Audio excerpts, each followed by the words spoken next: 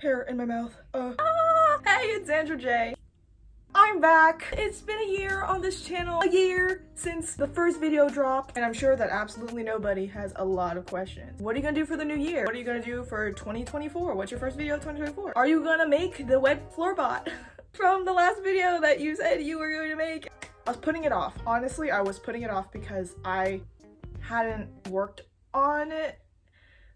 And it's not out of a lack of passion, but cosplay is a really big investment of time, yes, but it also is a really big investment of money. And that is, you know, everybody knows this. It is very expensive. Since I put out that video, I was like, wow, I'm gonna need a lot more materials for this. There are other financial decisions you could make with your money that might be more beneficial than putting all of your funds into cosplay all the time, which is something, you know, that's probably good. Don't spend all your money on cosplay. It's a good hobby to invest in, both time and money, yes, but don't, you know, overdo it. I've been procrastinating making the video because I was like, I don't have it done. What is something that can mitigate the detrimental effect cosplay has on your wallet, and something I could record and post that wouldn't have a detrimental effect on my wallet? This is the unofficial official bedroom cosplayer's guide to closet cosplay. We're going to be discussing wigs, makeup, and outfits, and I want to give some tips and some advice or some ideas on what you can do to pursue cosplay but not have it be so horrendously expensive. You know, pace yourself with investing in this hobby, and there are ways to make it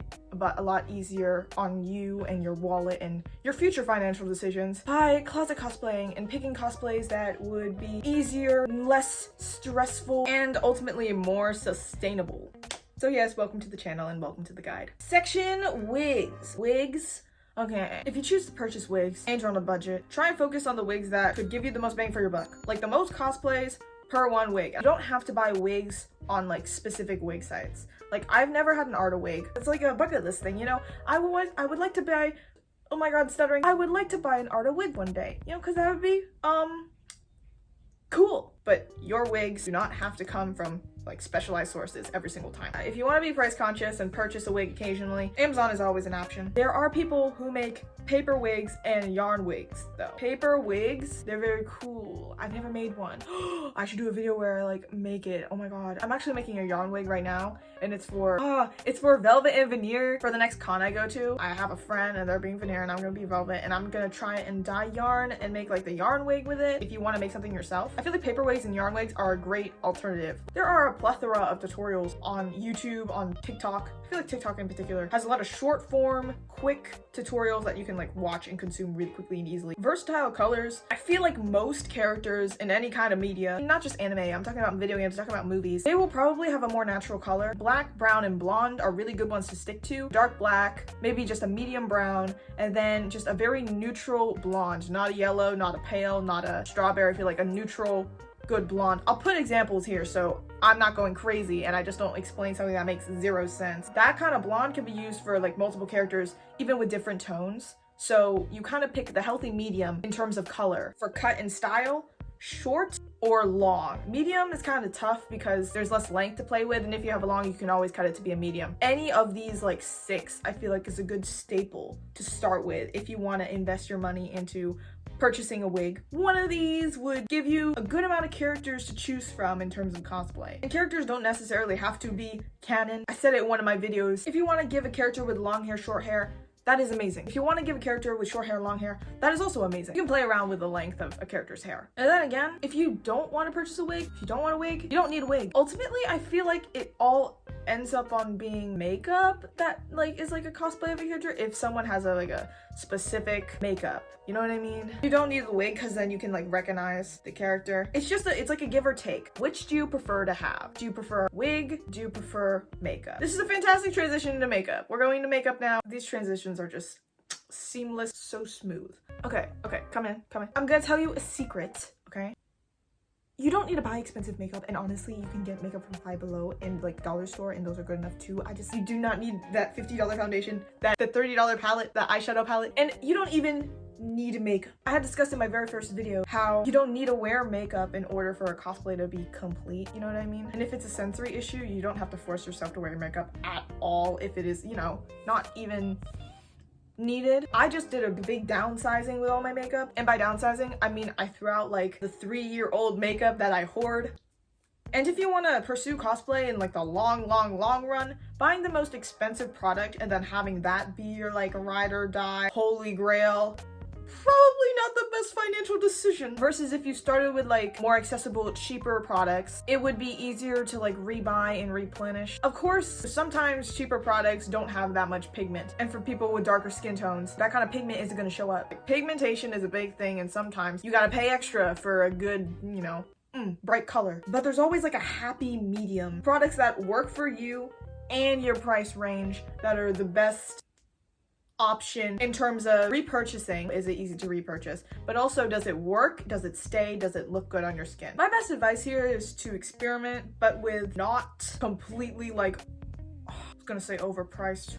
In a way, yes, I agree with that. Overpriced. High and really expensive cha-ching makeup. Most of the time, my biggest tip is to wait for things to go on sale. Okay, let me think of some brands to give specific examples. Wet n Wild, I feel like they're like everywhere all the time. They also have a bunch of different collabs. They're normally pretty okay with their prices and stuff, and their quality is pretty good. I use their Mega Last lipsticks, their powder, their photo focus powder I use a lot, which helps because I'm very shiny in the face. Their lip glosses are really nice. They're really nice and sparkly. They do their Zodiac ones. I'd say ColourPop, because I use a lot of their lip products and stuff like that. Their, what is it? It's like a glossy lip tint. French Kiss glossy lip tint, something like that. Those are really good. This is what I'm wearing right now. And I got it on sale. Oh my god, I love sales. So ColourPop has some really nice like shiny things. You can use their Super Shock shadows as both highlighter and eyeshadow. You can use eyeshadow as liner if you just need like a black eyeliner. You can just use eyeshadow. I heard the hack of using mascara as eyeliner instead. So if you take a brush and then you can just use the mascara as eyeliner, especially if it's waterproof too. I feel like waterproof mascaras and eyeliners are the way to go. But if they're more expensive, just do the regular, you know, that's totally fine. Also, another tip with makeup,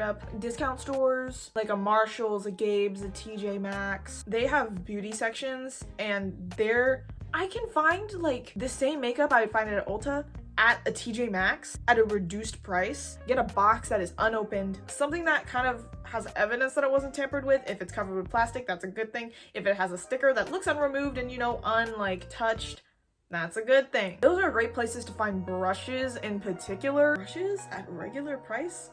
I mean, so many places to buy discount brushes at the dollar store, at these discount stores. You don't have to pay full price for brushes or makeup all the time, because it's either going to be 1, on sale, or 2, most probably going to be discounted and put in a discount store. As for colors and tones of things, I think a lot just like neutral makeup just to bring out the color in your face.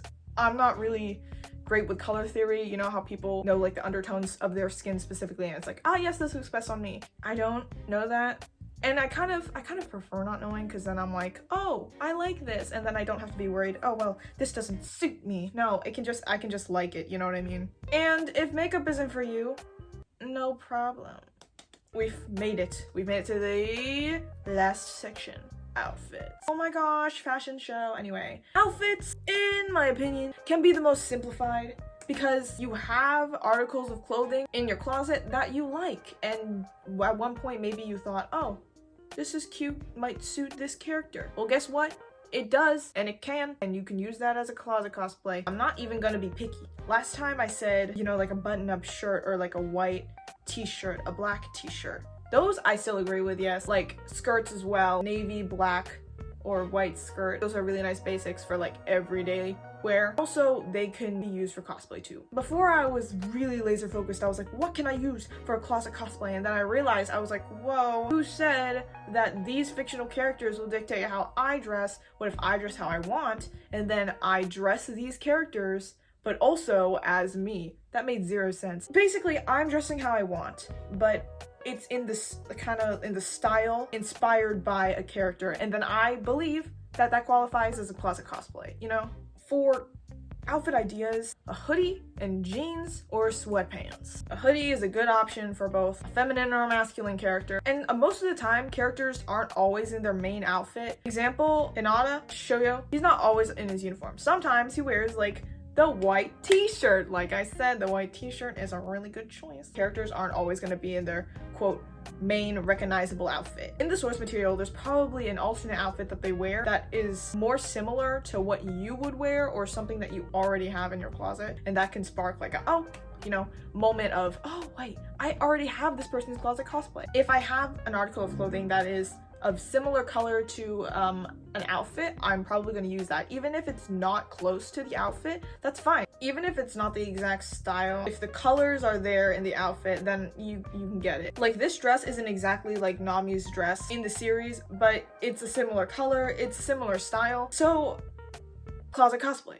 We just want to what? Dress up as fictional characters. Just want to have some fun. And I just want to make sure that if you feel like you can't and it's like too hard, too expensive, there are ways to mitigate the amount of stress that any kind of hobby or anything you choose to pursue will inflict upon you and your bank account. But yes, that was my unofficial guide to closet cosplay. There's probably a lot more to say. I wish I got more specific in this video, but I feel like it's a good like overview of just general tips that are nice and helpful universally. Hopefully this video did not disappoint.